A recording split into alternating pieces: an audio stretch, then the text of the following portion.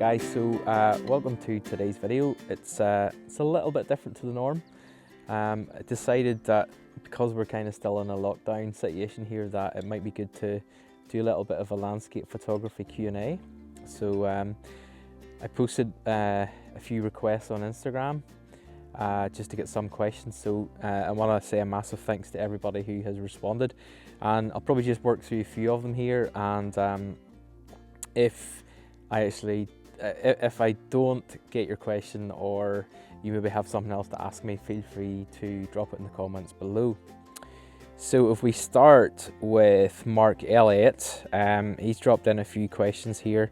First one, any plans to return to Scotland? Absolutely. I will definitely be heading back. I have a little bit of unfinished business with Scotland, especially Isle of Skye. I had completely horrific weather the last time I was there, so a lot of locations we weren't actually able to get to. So yeah, definitely plan to head back to Scotland whenever I get a chance. Another question that he kind of puts here, do you have a spot that you return to whenever your creativity feels drained? I guess for me, living so close to the Causeway Coast, I'm only about a 30-minute drive, and having that pretty much on my doorstep is a pretty good thing to have. So I guess I tend to find that if I'm feeling a little bit uninspired, I'll just head up there, maybe go for a walk, go for a hike along the Causeway Cliff path, maybe not even take my camera, or if I do, I may not even take any photos, but just to be out. There's something for me just about the sea and about the ocean, and yeah, that kind of just gives me a bit of a boost again. So yeah, Causeway Coast is a pretty good spot for me. Okay, another question here from Simon Phillips. Some of you may already follow him on Instagram, SDP_photographics. If you could pick only one lens and filter to go out with, what will it be? So I guess for me, I love shooting wide. I love shooting with a wide angle while I'm doing landscapes. So probably the 16-35, the G Master. I shoot Sony, so that's an incredible lens. It's so sharp, amazing colors, amazing contrasts with it. So I love using it. And probably what filter? I guess probably something like a 6-stop ND filter. I'll mostly use grads when I'm shooting, but I also love to shoot using long exposures. So definitely a 6-stop is probably one of the filters that I would use most, because if I'm shooting coastal stuff, then I can get some really nice movement in the water and kind of blurriness and that sort of stuff. So yeah, 16-35 and probably the 6-stop ND filter. Sean Orr photo, his question came in, and it was, do you find it hard to stay inspired and find unique places? Yeah, I guess that's a funny one. Probably yes and no, because living in Northern Ireland here, and indeed the whole island of Ireland, we have so many places that I can just jump in the car, and you know, anything from 4 to 6 hours drive, I can be on kind of the southern end of Ireland, and it's like just this amazing epic coastline. So yeah, I think where we are, it's, I don't know, I guess it's kind of hard not to be inspired, because there's so many really cool places to shoot. Finding unique places, certainly along certain stretches of the Causeway Coast, because it's quite a small area. A lot of people tend to shoot the same places because they're so accessible, and they are the kind of iconic places. So I guess it is becoming a wee bit harder to find unique places there. But certainly if you jump in the car and you travel and you're prepared to, you know, hike along the cliffs or go exploring, there's definitely loads of really cool unique places that are definitely up for grabs. Another wee question here from Connor Finnegan Photography. Thanks, Connor, for the question. It is, what's your favourite location in Ireland to photograph? outside of Northern Ireland. I have a massive love for Donegal. I love Donegal, so probably a stretch of the west coast of Donegal along that Anport area.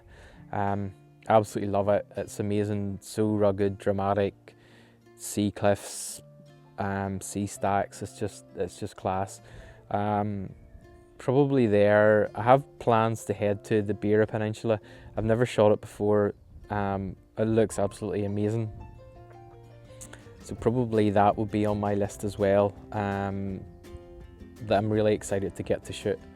And also Dingle as well down in Kerry is amazing. So those three places, but probably Donegal at the minute is probably would be one of my favourite places to go shooting in Ireland. Question here from Felix Sproul. What are your favourite conditions? Obviously it depends on the subject, but in general, what would they be? So like the way things are tonight, we've got pretty much lovely clear blue sky. So if anybody who has followed me before will know I'm not a massive fan of blue sky photography. So I guess I'd definitely be saying big storm clouds, rough seas, something with a bit of drama that just makes really high impact photography. Whilst I can obviously appreciate blue sky photography and some people do amazing jobs with that, I guess it doesn't really tick a box for me, but definitely my conditions would be in and around when the showers are passing through. So if I see forecasts where it's going to be sunshine and showers, that's probably it kind of gets the alarm bells going off for me. And I'm thinking, okay, what kind of dramatic clouds, rainbows, maybe hail showers, rain clouds blowing across that are going to be really, really exciting, really cool to photograph. And you tend to get those really dramatic bursts of light just as something like that passes through. So normally before or after it. So those kind of conditions would definitely be my favourite to shoot in. A question here from Paul Reichard. I apologise, I probably completely butchered your last name, so I apologise. How do you prepare your shots, i.e. discovering location, weather, etc.? So there's a few apps that I use pretty much all the time. So it'll be the Photographer's Ephemeris. They do a 2D and a 3D version. I've just started to use the 3D version of it and it's absolutely amazing.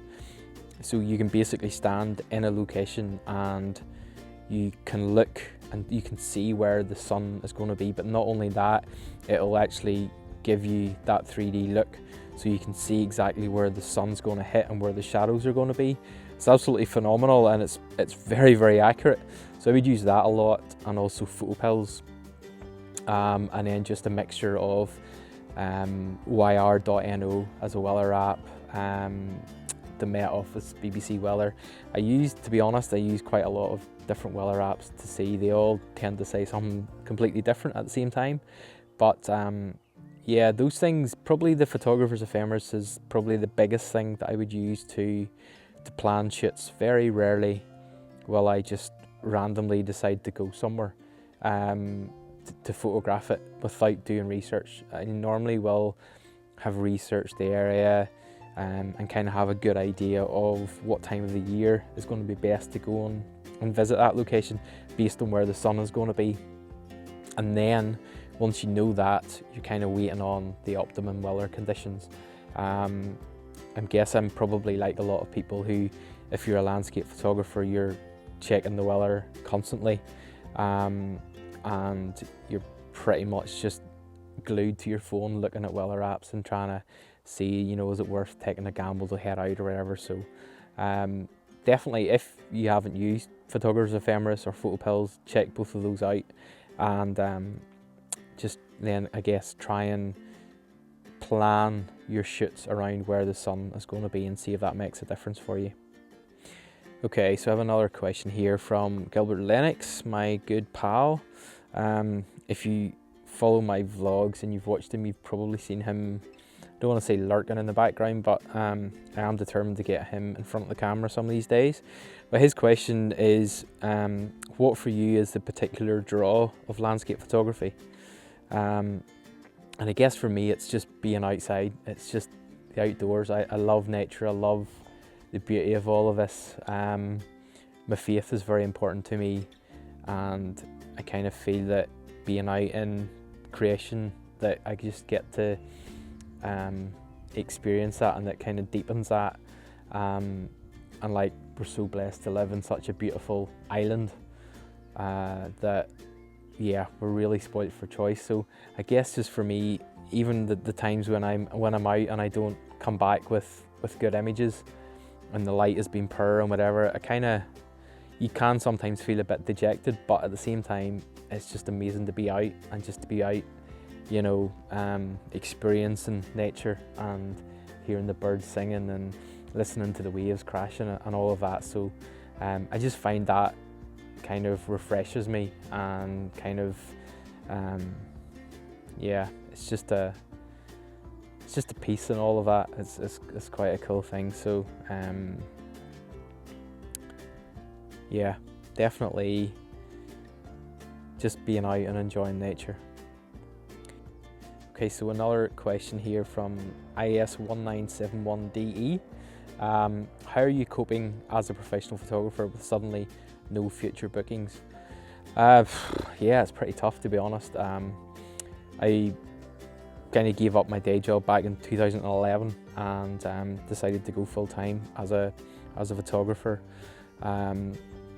as well as shooting landscapes. I shoot a lot of weddings as well, and I've kind of found that literally my next 3 months of a really full diary has vanished, and that's tough. You know, being a husband and a father, and you've got to provide for your family, and that's kind of scary, if I'm being honest. But I've kind of got to believe that, yeah, we just have to kind of adapt to that, and that hopefully come July onwards, my diary is still pretty full, and we've kind of rejigged a lot of work and postponed stuff and pushed stuff back.